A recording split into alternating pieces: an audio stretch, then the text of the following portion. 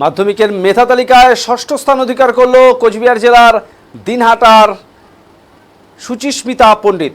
Dinhata Gopalnagar MSS high স্কুলের ছাত্র সুচিস্মিতা, তার প্রাপ্ত নম্বর 692।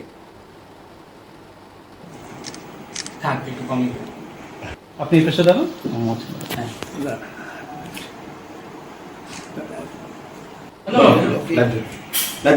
বলবে আমার ভীষণ ভালো লাগছে। আমি তো এক্সপেক্টই করিনি এতটা, যে মানে রেজাল্ট ভালো হবে ওটা আশা করেছিলাম, কিন্তু স্টেটে র্যাঙ্ক থাকবে এটা ভাবিনি।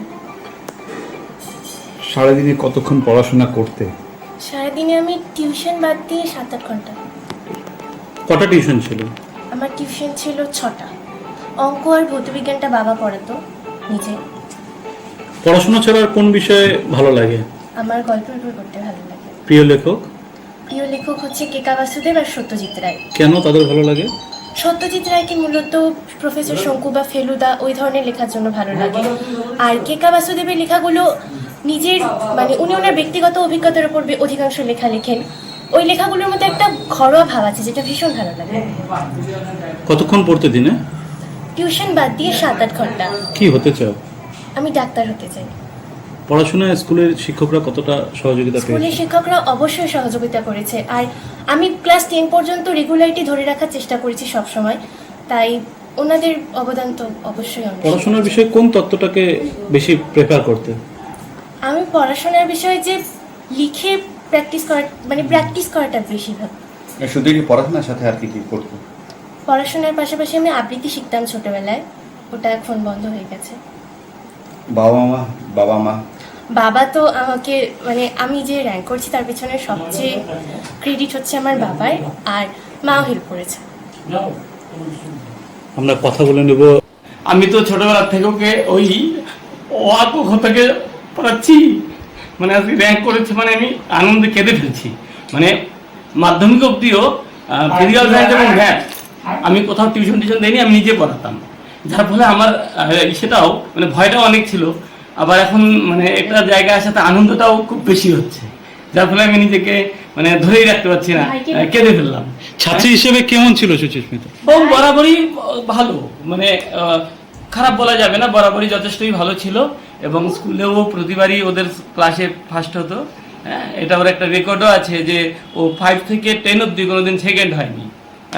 ওনাদের যে ওর যে হেডমাস্টার মশাই তিনিও ওই ক্লাস 9-এর রেজাল্টের সময় 10-এর রেজাল্টের সময় বলেছিলেন, 9-এর রেজাল্টের সময় বা টেস্টের সময় বলেছেন যে এটা কিন্তু ধরে রাখতে হবে।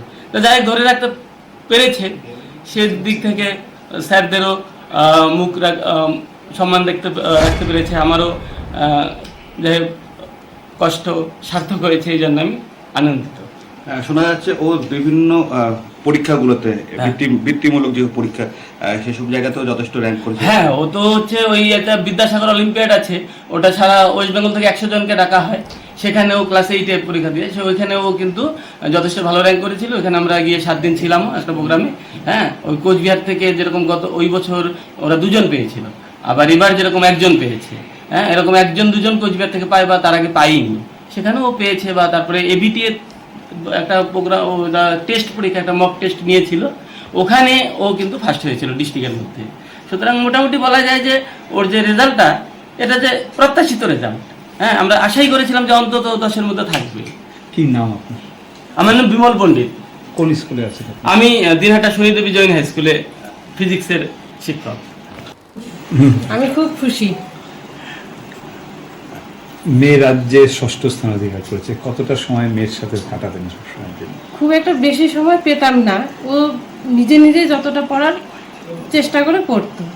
আসলে কাজের সূত্রে আমিও কিছুটা সময় বাইরে থাকতাম, যার ফলে ওকে আমি সেইভাবে সময় দিতে পারিনি। কি করেন আপনি? আমি নিগমনগর নিগমানন্দ সারস্বত বিদ্যালয়ের পার্শ্ব শিক্ষিকা। আপনি এই পেশা দেন?